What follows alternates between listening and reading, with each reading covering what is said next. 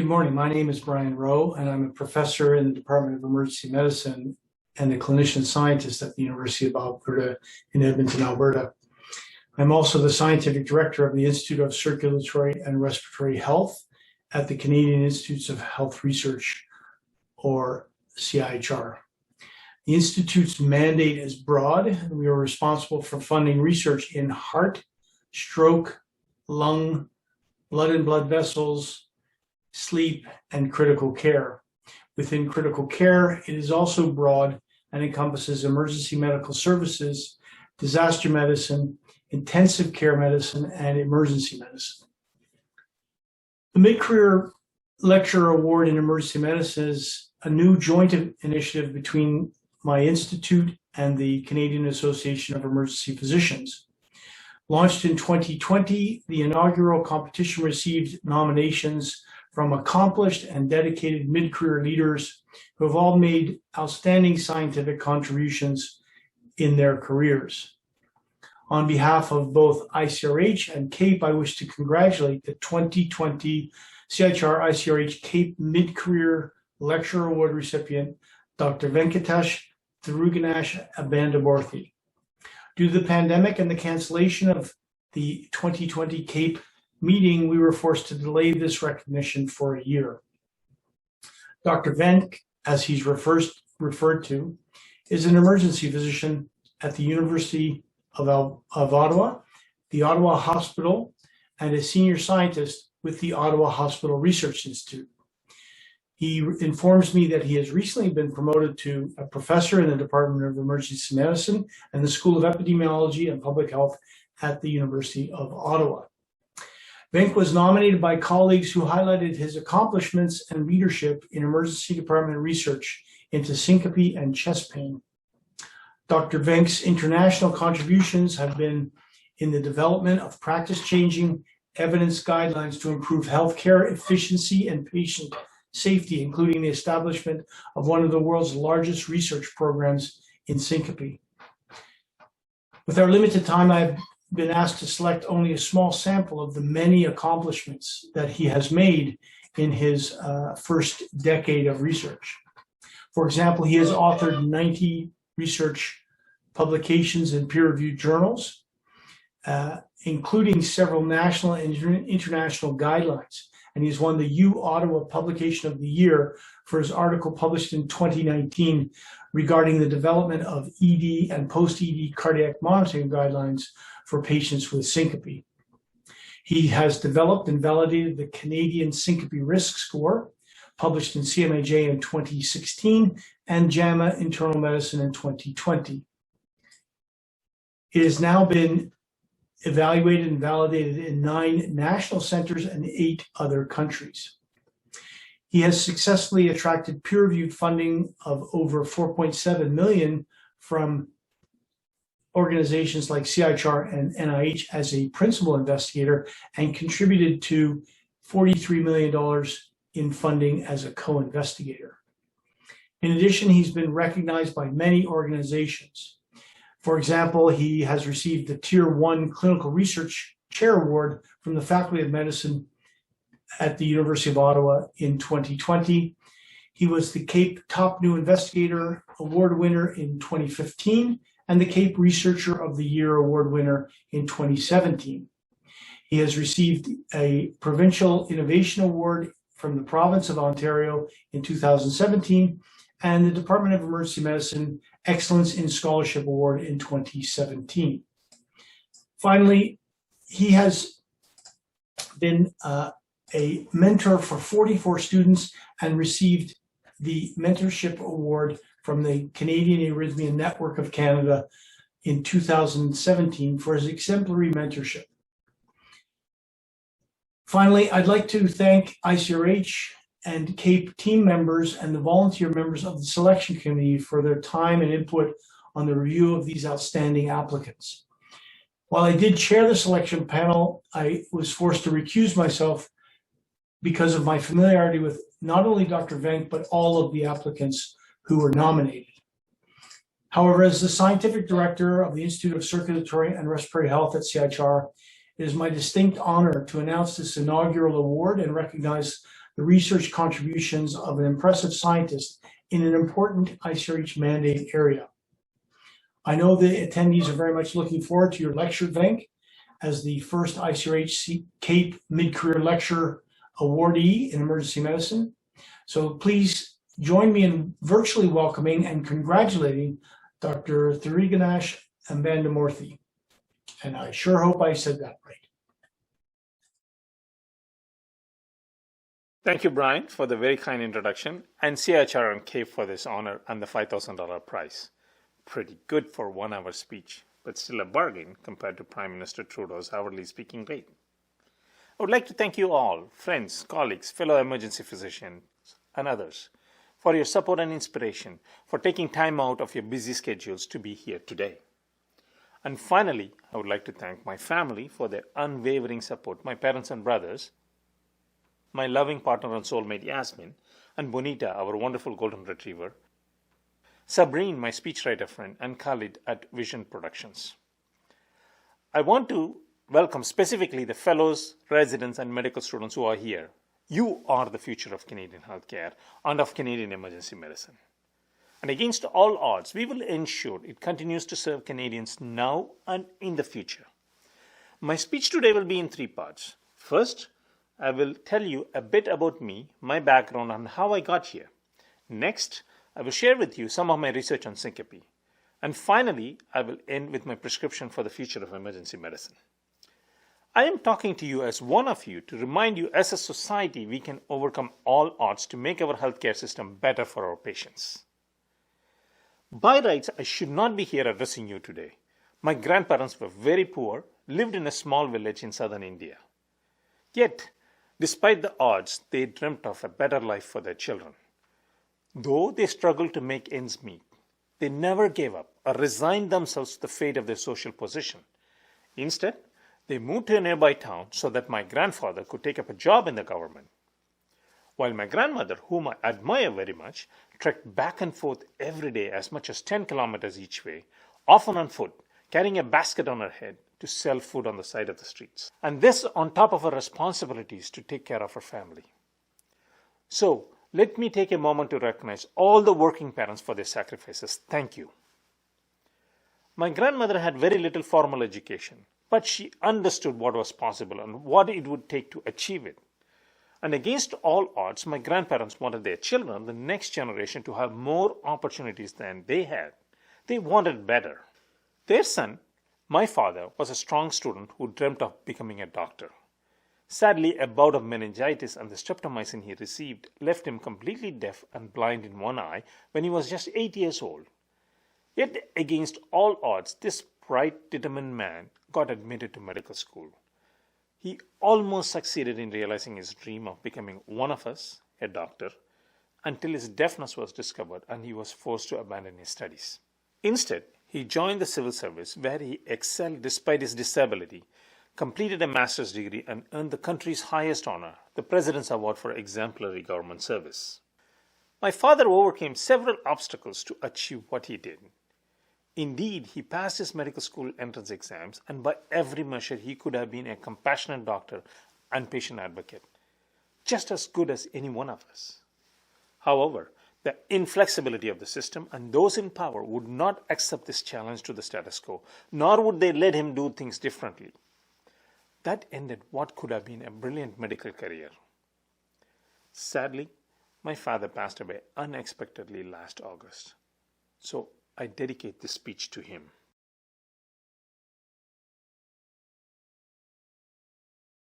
That brings you to me.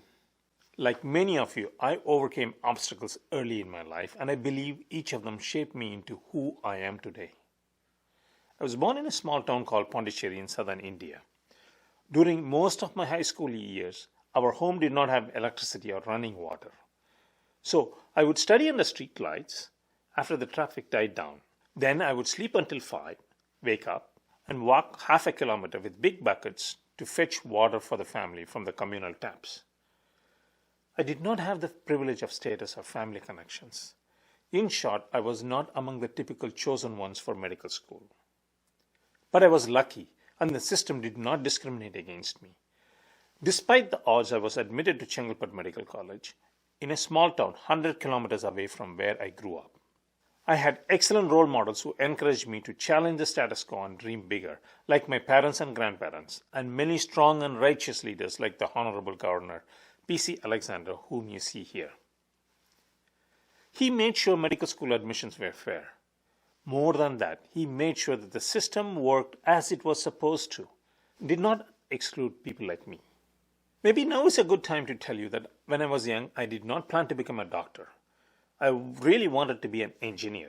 I wanted to be innovative and design machines and systems. To me, medicine was not innovative enough.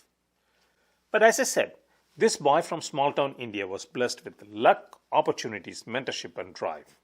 I believe those are traits we all share. I came to Canada in 1997 with all of my savings, just $2,000, after having worked in a clinic in my hometown. I came here to pursue graduate studies in immunology at the Memorial University of Newfoundland. But I soon realized that I was more passionate about clinical medicine and clinical research. So I got my provisional license to practice in rural Newfoundland. You may or may not know this, when you are a foreign medical graduate, you are at the mercy of hospital administration for sponsorship to be able to practice. While I was extremely lucky to be sponsored, the hospital imposed upon me a tough return of service contract that was contrary to the provincial guidelines. The duration of contract was for 3 years instead of the usual 2 years, and I was expected to be on call every other day instead of once in 3 days. This is a picture of my guardian angel, Dr. Tony Taverner, a gastroenterologist at the Cornerbrook Hospital, who is now retired. Thanks to his commitment to fairness and equality, I was able to navigate this challenging situation. As I was undergoing orientation with Dr. Taverner, he challenged the CEO to ensure my contract was fair and followed provincial guidelines. He did this because he believed in speaking up for those who could not, like me. So, no matter what we do, as individuals and as a medical community, we must continue to push for fairness, equality, and justice, and to speak for those who cannot. I then went on to complete family medicine residency at the Memorial University of Newfoundland and emergency medicine residency at Western University in London, Ontario. After that, I moved to Lindsay, Ontario to work in the emergency department there. And that's where my relationship with syncope started. As I was single, I worked a lot, especially on weekends. Not surprisingly, I would see several patients with syncope on Sunday mornings after church. I struggled to manage them. I needed a good clinical approach for syncope. I believed that there was an answer and I just needed to find it.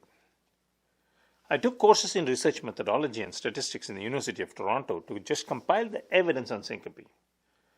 For those who are not familiar with Ontario's geography, it is a 3-hour drive round trip every Tuesday and Thursday afternoon, and I did this for several months. I thought it would be easy.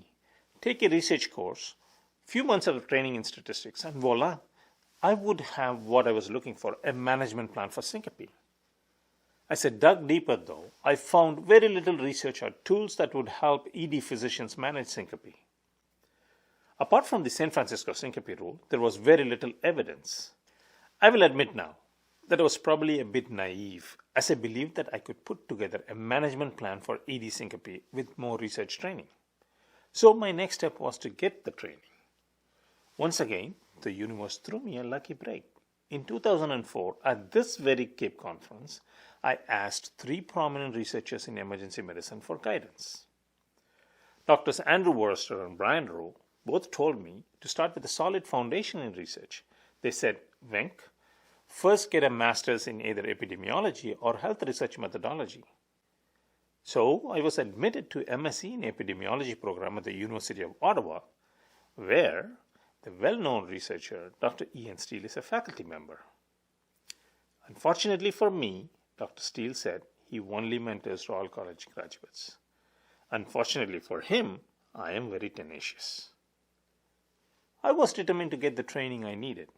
He was the only researcher in emergency medicine who took research fellows at the University of Ottawa. So he had no choice but to take me on as a student. Syncope is common.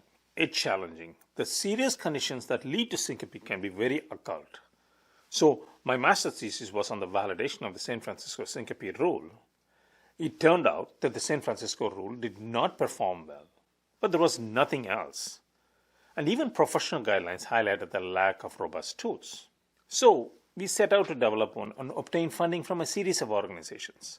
First, from Ontario's Physician Services Incorporated Foundation for our pilot study at the Ottawa Hospital, and then from CAEP21 to expand our study to multiple sites across Canada. After the tool was derived, we obtained funding from the Heart and Stroke Foundation of Canada to start the validation study. Next, our team applied to the Network of Centers of Excellence, a Government of Canada funding agency, to establish the Cardiac Arrhythmia Network of Canada, which is CANNET. This network funded the completion of the validation phase and a pre-implementation study. We also received grants from the Ottawa Hospital Academic Medical Organization, or TOHIMO, for several sub-studies. Ultimately, we conducted 3 large prospective studies enrolling close to 10,000 patients across the country. I'm also very thankful for the Heart and Stroke Foundation of Canada and the University of Ottawa Department of Emergency Medicine for their funding to protect my time for research. Currently, I receive support through research awards from the Physician Services Incorporated Foundation and the University of Ottawa. So, what did our research find? Syncope care is siloed, episodic, particularly for patients who suffer it on a recurrent basis. This means that we had no concrete answers for these patients. How we manage patients varies widely across Canada, and there is no standardized approach. The care is resource intensive, yet not patient-centered. Majority of patients are admitted simply for the sake of cardiac monitoring, and there is a mismatch between risk and outpatient cardiac testing. Not only does this compromise patient safety, but it also leads to wasted healthcare resources. The product of all of our research was the Canadian Syncope Risk Score, a robust tool to predict the probability of 30-day serious outcomes and their subtypes after patients leave the emergency department.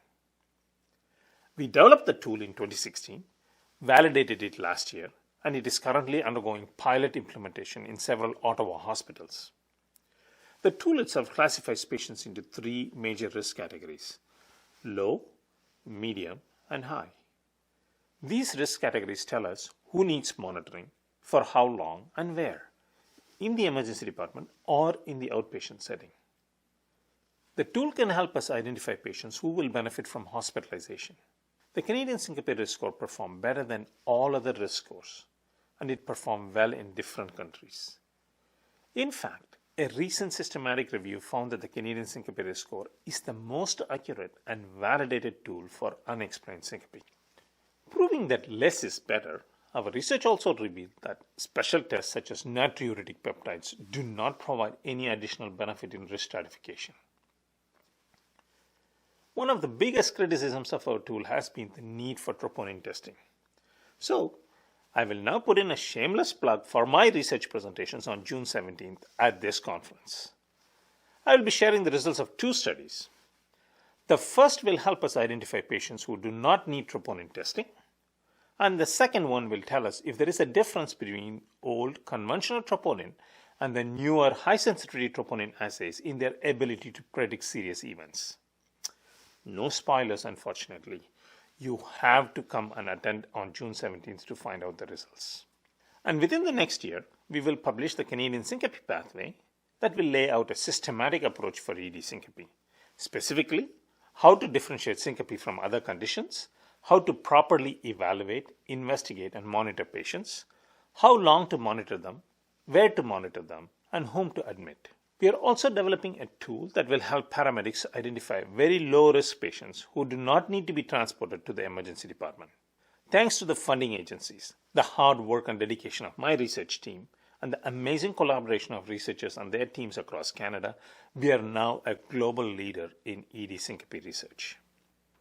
My friends, establishing the world's largest research program on ED syncope was not easy. To be fair, I faced my share of challenges, as I know each of you have in your careers as well.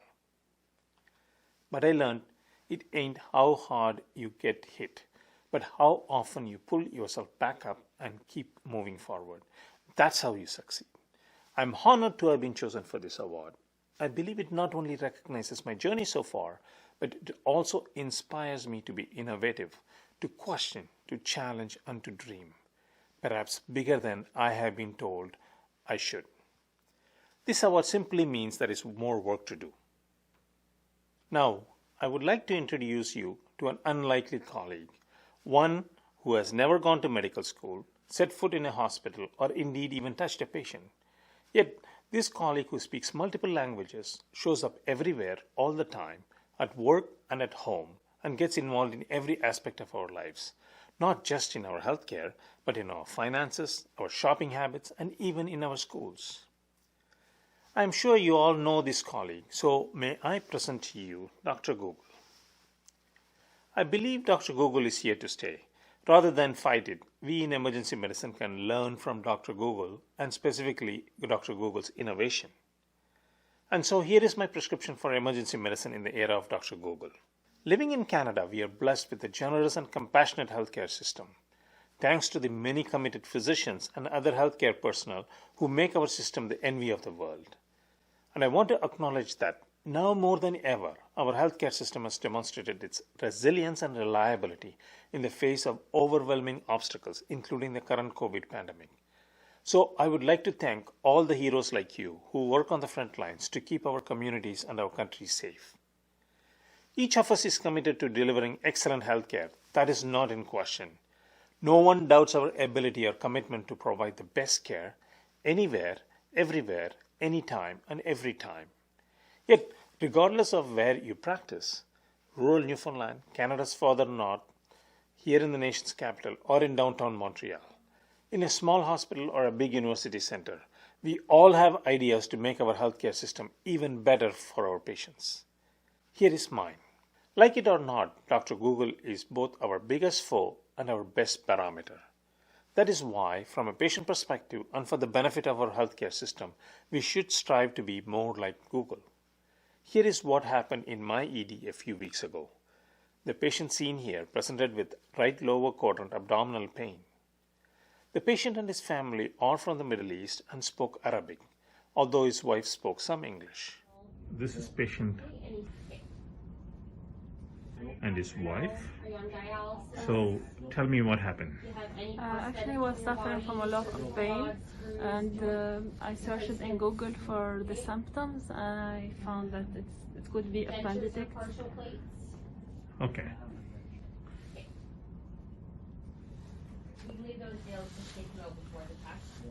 Okay. Then we booked a cab and we came to the emergency.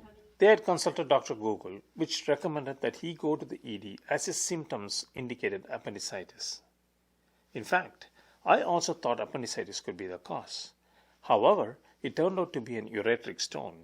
While the diagnosis was off, Dr. Google's recommendation to seek emergency care was right for this patient.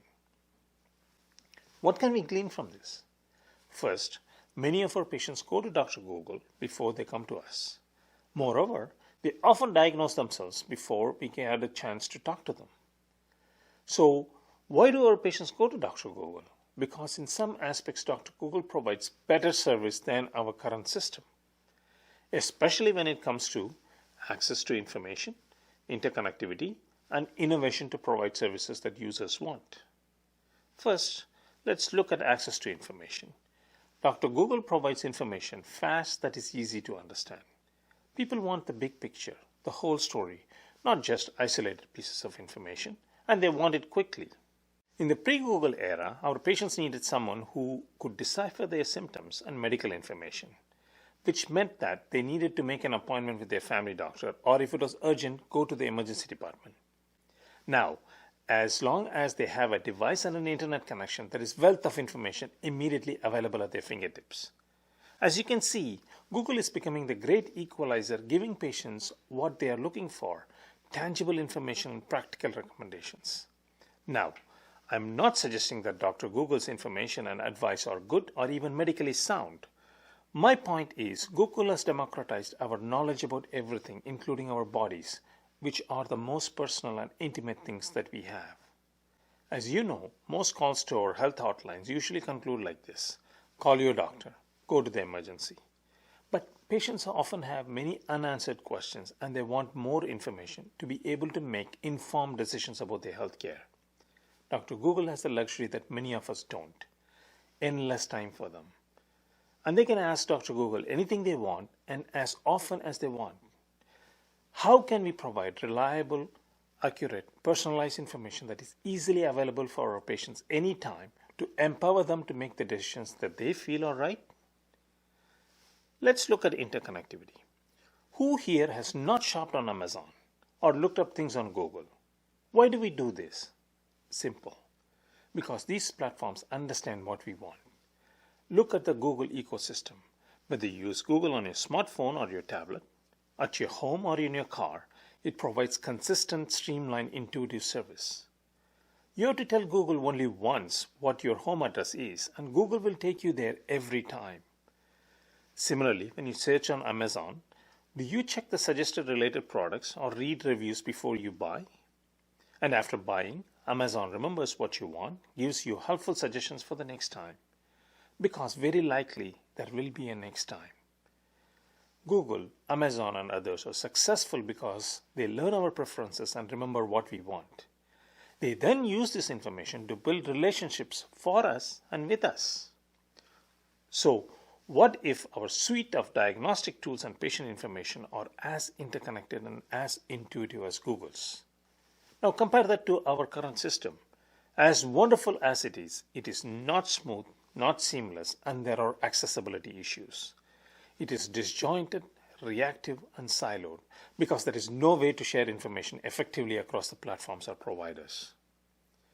Every time I see a patient, regardless of their previous interactions, I have to start from the beginning. Their medical story, medications, allergies, previous treatments, and the list goes on. It's déjà vu all over again for the patient, like the movie Groundhog Day every day. Imagine if you have to enter your address every time you want to go home, your street, city, province, and country. And after doing all of that, imagine Google still took you to another house in another city once in a while. Once patients leave our care, their connection with the system is essentially over until they reconnect for another appointment or intervention. It gets worse when they have to actively reconnect with us because the system has broken down somewhere. Whether it was an important referral that was not made, or a follow-up appointment that did not happen because the referral was lost in a black hole. It is frustrating for us and for our patients.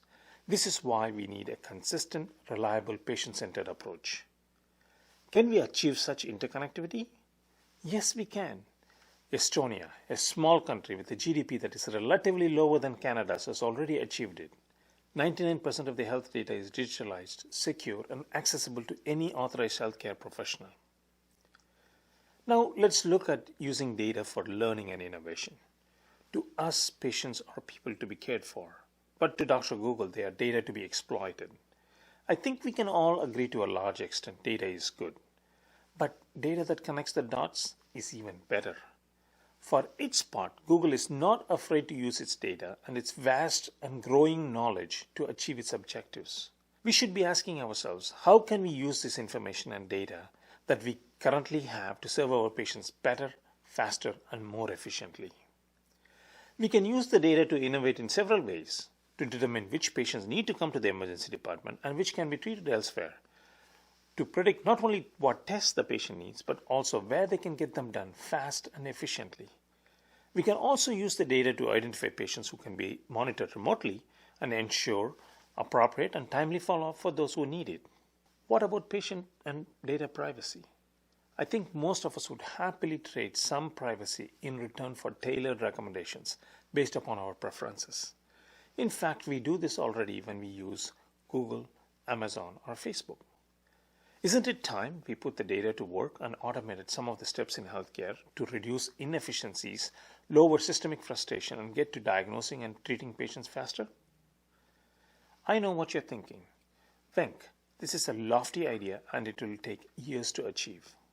Let me remind you, Google, one of the most influential entities in our lifetime, was just started 20 years ago, in 1998 to be precise. In fact, a year after I arrived in Canada, in a garage by two graduate students, Larry Page and Sergey Brin, who were not even experts in their field.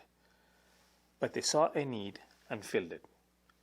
Looking to Google for information is now second nature. To Google is a verb. It's what people do. and what they want to keep doing, and it is not going to go away. Google is a master at continuously growing, learning, and adapting to meet our current and future needs. Having said that, I don't believe Dr. Google will ever replace the empathy, compassion, and expertise of doctors. As powerful and smart as Google appears, it is only as good as the information entered into it. In every way, we can and we will always be better than Dr. Google. We are experts at managing risks and uncertainty and allaying our patients' fears in a way only a human can.